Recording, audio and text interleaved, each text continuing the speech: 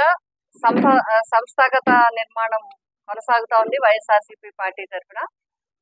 మా రాష్ట్ర అధ్యక్షులు గౌరవనీయులు వైఎస్ జగన్మోహన్ రెడ్డి గారి ఆదేశాలతో వారి యొక్క మరి సూచనల మేరకు రాష్ట్ర వ్యాప్తంగా రాష్ట్రంలోని జిల్లాలో అదేవిధంగా నియోజకవర్గము, మండలాలు, గ్రామాలు ఈ విధంగా సంస్థాగత నిర్మాణానికి కార్యాచరణ రూపొందించడం, అలాగే కమిటీలు కూడా ఏర్పాటు చేసుకోవడం జరిగింది. అంతేకాకుండా సుమారు 29 అనుబంధ సంస్థలను కూడా మరి ఏర్పాటు చేసుకోవడం జరుగుతుంది.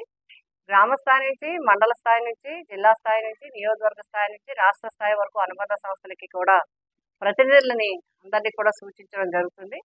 ఎవరైతే పార్టీలో యాక్టివ్గా ఉంటున్నారో, అదేవిధంగా పార్టీ కోసం కృషి చేస్తున్నారో, పార్టీకి అన్ని వేళలా అండగా ఉంటున్నారో, జగన్మోహన్ రెడ్డి గారి ఆదేశాల మేరకు కార్యక్రమాలు విజయవంతం చేస్తున్నారో వారందరినీ కూడా పరిగణలోకి తీసుకోవడం జరిగింది.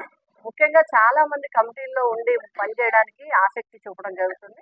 అందులో భాగంగా మరి గొల్లప్రోలు నుంచి సుబ్బారావు గారు ఈఎన్సీగా, అనిశెట్టి సుబ్బారావు గారు ఈఎన్సీగా కూడా ఇరిగేషన్ డిపార్ట్మెంట్ వివిధ హోదాల్లో ట్రైబల్ వెల్ఫేర్ కి వారు వర్క్ చేయడం జరిగింది.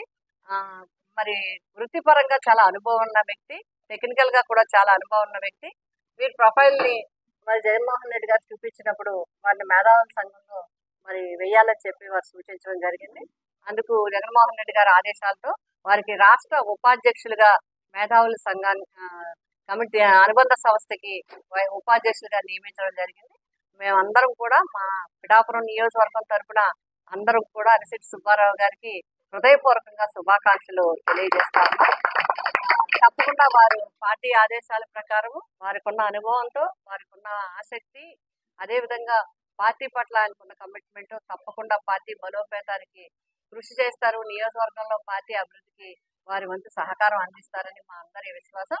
ఆయన కూడా తప్పకుండా నేను మంచిగా వర్క్ చేయాలి, పార్టీకి వర్క్ చేయాలని చెప్పిన వెంటనే మరి అధ్యక్షులు జగన్మోహన్ రెడ్డి గారు ఈ విధంగా సూచించడం జరిగింది. ఆ సూచన మేరకు నిన్ననే వారి నియామకం రావడం జరిగింది. కాబట్టి ఇంకా చాలా కమిటీలు ఇప్పటికే చాలా యువత రాష్ట్ర కమిటీలు వచ్చాయి, అలాగే మహిళా కమిటీలు వచ్చాయి, ఇంకా కొన్ని అనుబంధ సంస్థలు రావటం జరిగింది.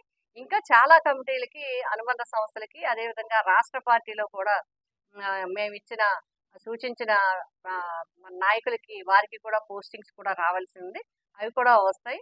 అదేవిధంగా పార్టీ పరంగా కూడా ఈ 15 నెలల్లో మరి కూటమి ప్రభుత్వం ప్రజలకు ఇచ్చిన హామీలను అమలు చేయకుండా మోసం చేయటం కానీ, అదేవిధంగా మరి ఒక పక్క వాటర్ లేక రైతులు ఇబ్బంది పడుతున్నారు.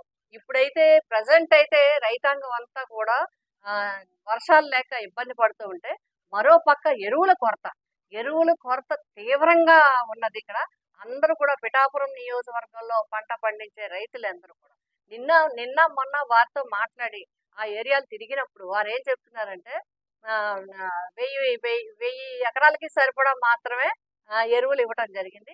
దగ్గర పిఠాపురం నియోజకవర్గంలోనే ఆథరైజ్డ్ గానీ దగ్గర 16,000 ఎకరాల పంట ఉంది. ఇంకా అనాథరైజ్డ్ గా కాకుండా వీటికి ఎప్పుడు ఇస్తారో ఏమో తెలియదు. ఎందుకంటే మొన్న మేమందరం కూడా జిల్లా పార్టీ అధ్యక్షులు మేమందరం కలిసి కలెక్టరేట్ కి వెళ్ళడం, కలెక్టర్ గారిని కలవడం, ఎరువుల గురించి మాట్లాడడం, ముఖ్యంగా యూరియా లేక నార్మల్ ఇప్పుడు జరిగిపోతా ఉన్నాయి.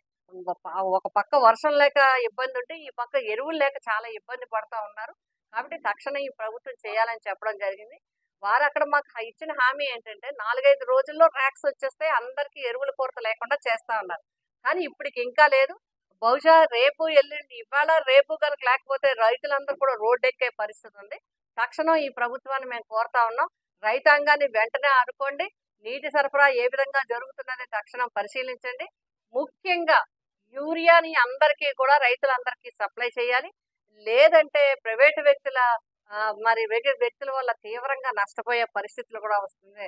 అదనంగా డబ్బు పెట్టి రైతులు కొనుగోలు చేసే పరిస్థితులు వస్తున్నాయి. కాబట్టి ఇవన్నీ లేకుండా రైతాంగాన్ని మేము కాపాడాలని కూడా కోరుతున్నాం. అదేవిధంగా పార్టీ పరంగా కూడా ఇంచుమించుగా ఒక్క గొల్లప్రోలు మండల మీటింగ్ తప్ప అన్ని మీటింగ్లు కూడా వేసాం.